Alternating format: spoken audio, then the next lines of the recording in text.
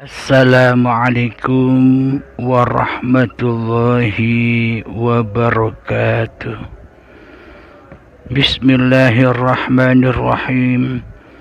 Ashhadu an la ilaha illallah wa ashhadu anna Muhammadar Rasulullah. Allahumma salli ala sayyidina Muhammad wa ala ali sayyidina Muhammad. Rabbi shrah li sadri wa yassir li amri wahlul 'uqdatam min lisani yafqahu qawli. Amin. Bismillahirrahmanirrahim. Salam santunku, salam hormatku buat para sahabat tercinta dimanapun Anda berada, baik yang ada di dalam dan yang ada di luar negeri. Semoga kita semua selalu di dalam lindungan Allah Subhanahu wa ta'ala. Amin ya rabbal alamin. Bismillahirrahmanirrahim. Kali ini kami mengambil tema dengan berjudul Qiyamul Laili, bangun malam hari. Di dalam pengertian mayoritas manusia bangun di malam hari itu ya bangun melaksanakan sholat witir, sholat tahajud dan sebagainya. Itulah yang dimaksud Qiyamul Laili bagi orang-orang mayoritas kebanyakan selama ini. Sesuai dengan ayat di dalam surat Al-Furqan ayat yang ke-25, ada ayat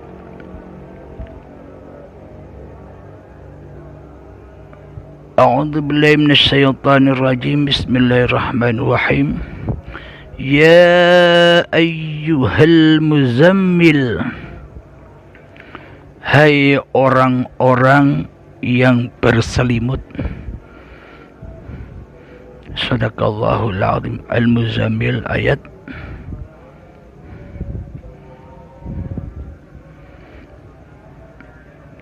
pertama. Jadi ya ayyuhal muzammil di sini selama ini dinisbatkan kepada kisah cerita Kanjeng Nabi Muhammad sallallahu alaihi wasallam setelah menerima wahyu.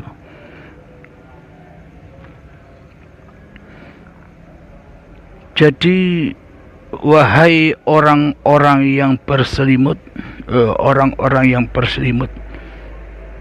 hai orang-orang,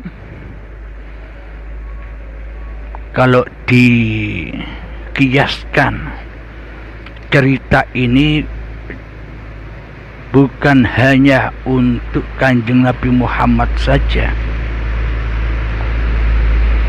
Jadi bila hanya untuk Kanjeng Nabi Muhammad saja, maka ayatnya pasti menyebutkan nama Kanjeng Nabi Muhammad sallallahu alaihi wasallam. Akan tetapi ya ayyuhal muzammil ini bila dinisbatkan kepada seluruh manusia, yaitu orang-orang yang berselimut, maknanya hatinya, imannya, takwanya, bertuhan dan beribadahnya masih tertutupi oleh selimut. Ya ayyuhal muzammil, wahai orang-orang yang berselimut. Jadi yang dimaksud selimut di sini itu apa? Bukan selimut-selimut kain itu.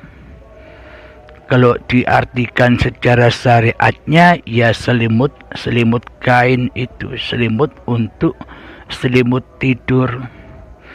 Akan tetapi di sini yang tidur selama ini kan hati kita di dalam bertuhan, Yang tertidur selama ini kan jiwa kita di dalam beragama. Inilah yang dinamakan tidur. Jadi wahai orang-orang yang berselimut, yakni berselimutkan dengan hawa nafsunya. Jadi hawa nafsunya diselimuti, ditutupi oleh hawa nafsunya. Kematian imannya, kerasnya hati melebihi kerasnya batu, itu ditutupi, diselimuti oleh hawa nafsunya. Kewujudan Allah terselimuti dengan kewujudan diri manusianya di hatinya. Kehidupan Allah terselimuti dengan kehidupan diri manusianya di hatinya. Kekuasaan Allah terselimuti dengan kekuasaan diri manusianya di hatinya. Itulah yang dimaksud wahai orang-orang yang berselimut. Jadi disuruh, diperintah bangun malam untuk menegakkan qiyamul lail. Tegakkan malammu. Jadi bila diartikan dengan bahasa syariat, ya bangun-bangunnya badan. Sholat-sholatnya badan di malam hari-harinya syariat. Hari-harinya yang di luar.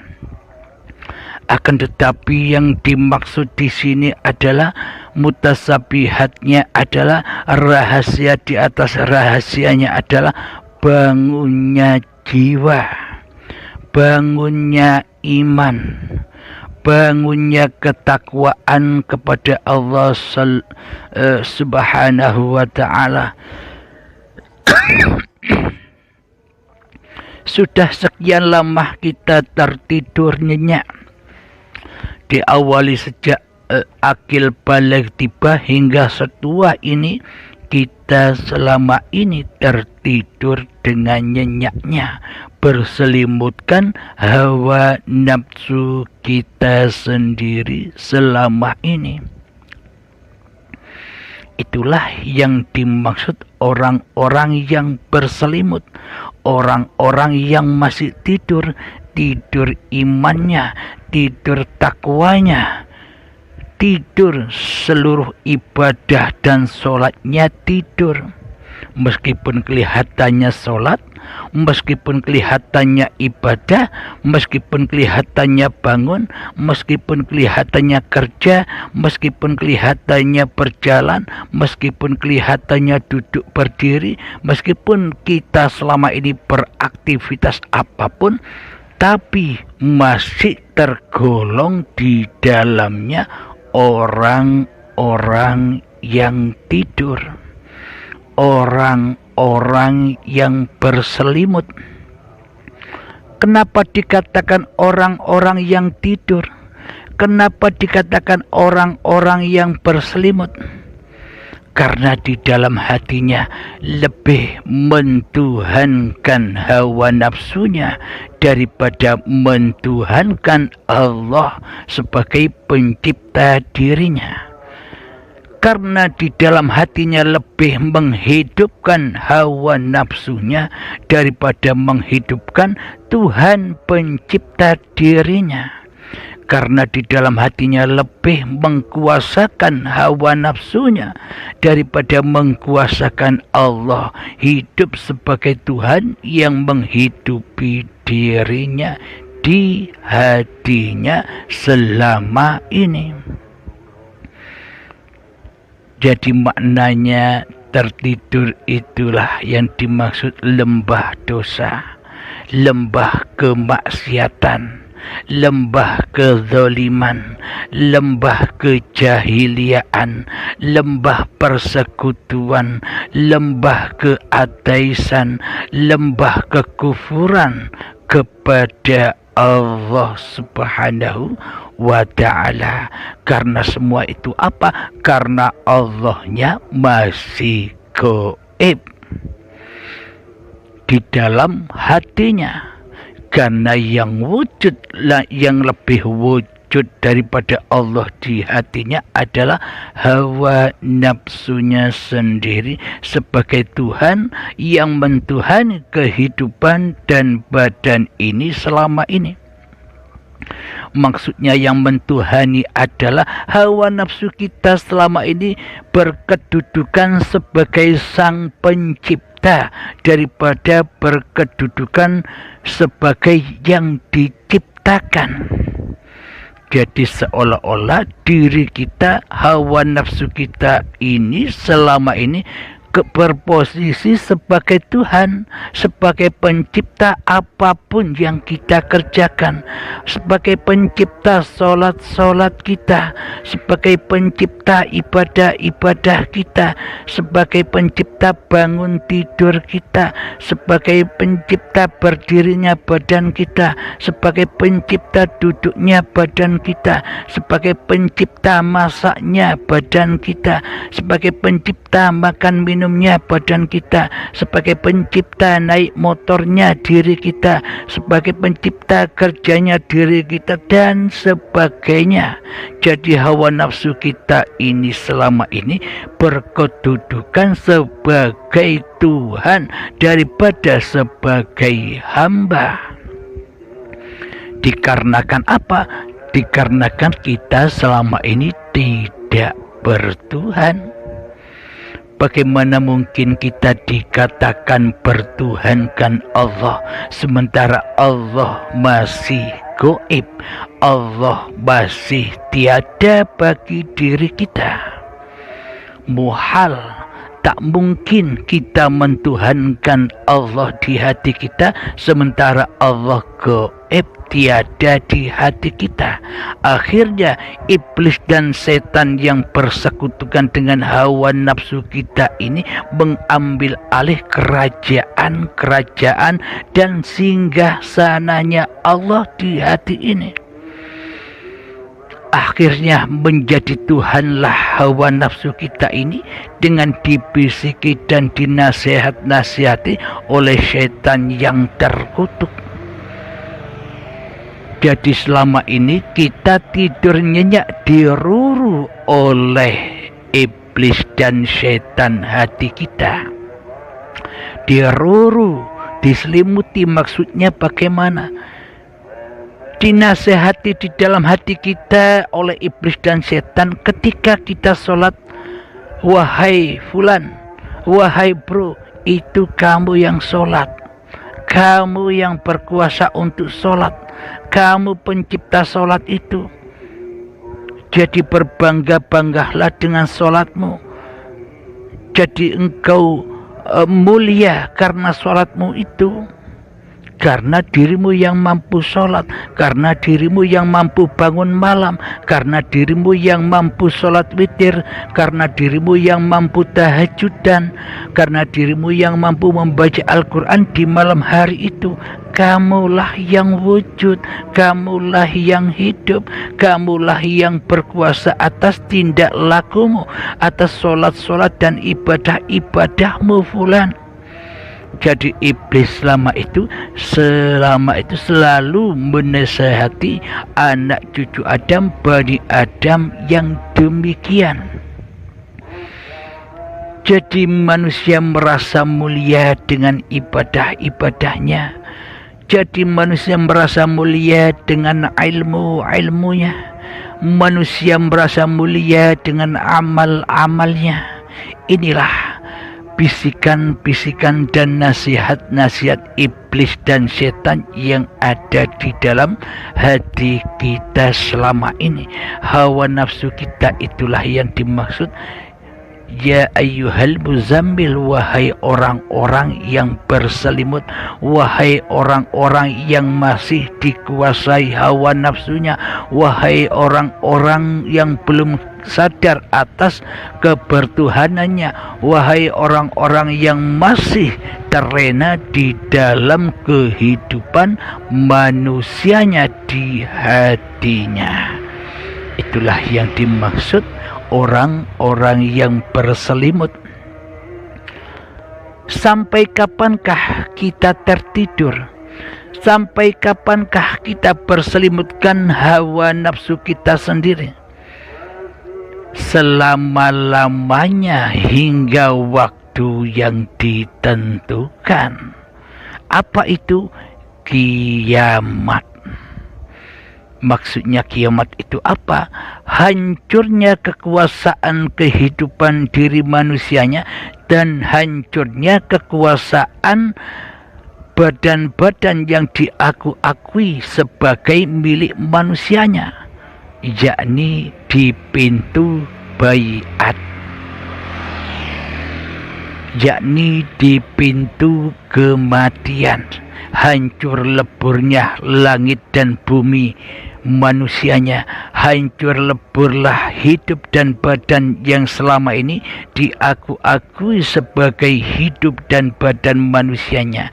Ketika manusia sudah datang kepada Tuhannya, ketika manusia sudah pasrahkan diri kepada Tuhannya atas hidup dan badan yang selama ini diakuinya, saat itulah manusia baru bangun tidur.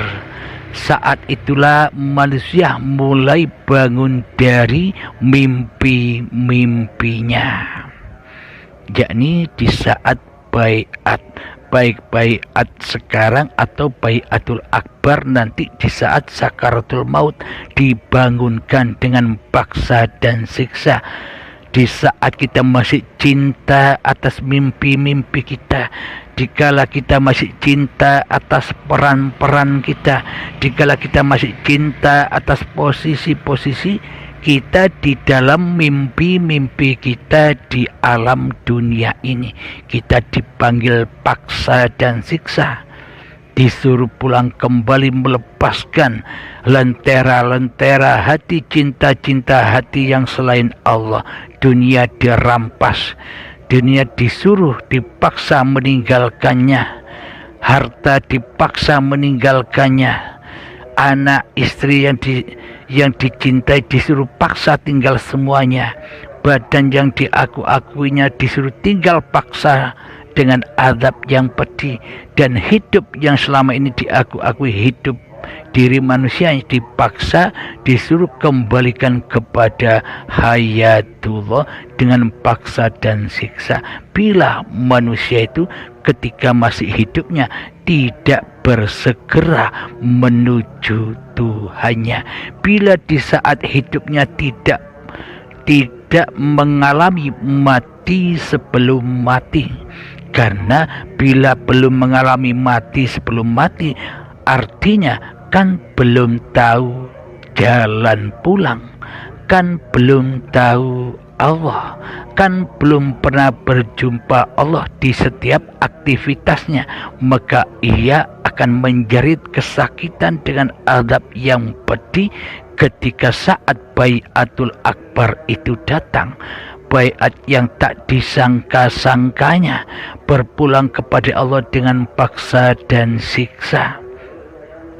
Karena Allah memperhitungkan dan menghisap apa-apa yang kita lakukan selama ini, memperhitungkan dan menghisap Tuhan-Tuhan yang kita tuhani selama ini. Hawa nafsu iblis dan setan selama ini kan kita kumpul dengan hawa nafsu iblis dan setan, yakni di dalam anar, di dalam mimpi mimpi manusia sebagai Tuhan, mimpi manusia sebagai Sang Pencipta. Itulah yang dimaksud ya ayyuhal muzammil, wahai orang-orang yang berselimut. Jadi diutus bangun tidur, diutus menyingkap selimutnya, diutus menghela selimutnya agar ia bisa qiyamul lail, agar ia bisa bangun malam, agar ia bisa bangun dari malamnya hawa nafsunya di hatinya. Jadi yang dimaksud malam di sini malamnya dirinya di hatinya. Itulah yang dimaksud qiyamul lail. Itulah yang dimaksud hayatullah, uripe Allah yang bangkit. Akhirnya manusianya menyadari selama ini bahwa dirinya sudah salah, sudah zalim, sudah kufur, sudah mensekutukan Allah dengan makhluk-makhluknya selama ini. Inilah datangnya kesadaran bila manusia itu mau berbaiat, bila manusia itu mau kembali kepada Allah, bila manusia itu mau rojiun kepada Allah, maka ia akan menyadari seluruh kesalahan-kesalahannya. Ia akan menyadari bahwa dirinya selama ini tertidur nyenyak di alam dunia. Maka yang dimaksud qiyamul lail, bangunnya hati menuju akhirat, menuju alam akhir, menuju kepada hayatullah, dari tidur linafsi menuju lillahi ta'ala. Alhamdulillahirabbil alamin. Episode ini akan berlanjut kepada episode yang akan datang tentang hakikat qiyamul lail. Alhamdulillahirabbil alamin. Rabbana atina fid dunya hasanah wa fil akhirati hasanah wa qina azabannar. Wa sallallahu ala sayyidina Muhammad wa ala alihi wa sahbihi wa sallam. Walhamdulillahi rabbil alamin. Akhiru kalam. Assalamualaikum warahmatullahi wabarakatuh.